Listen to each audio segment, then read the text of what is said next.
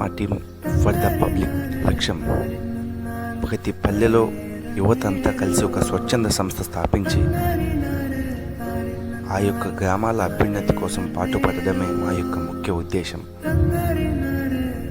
యువత తలుచుకుంటే ఏదైనా సాధ్యమవుతుంది.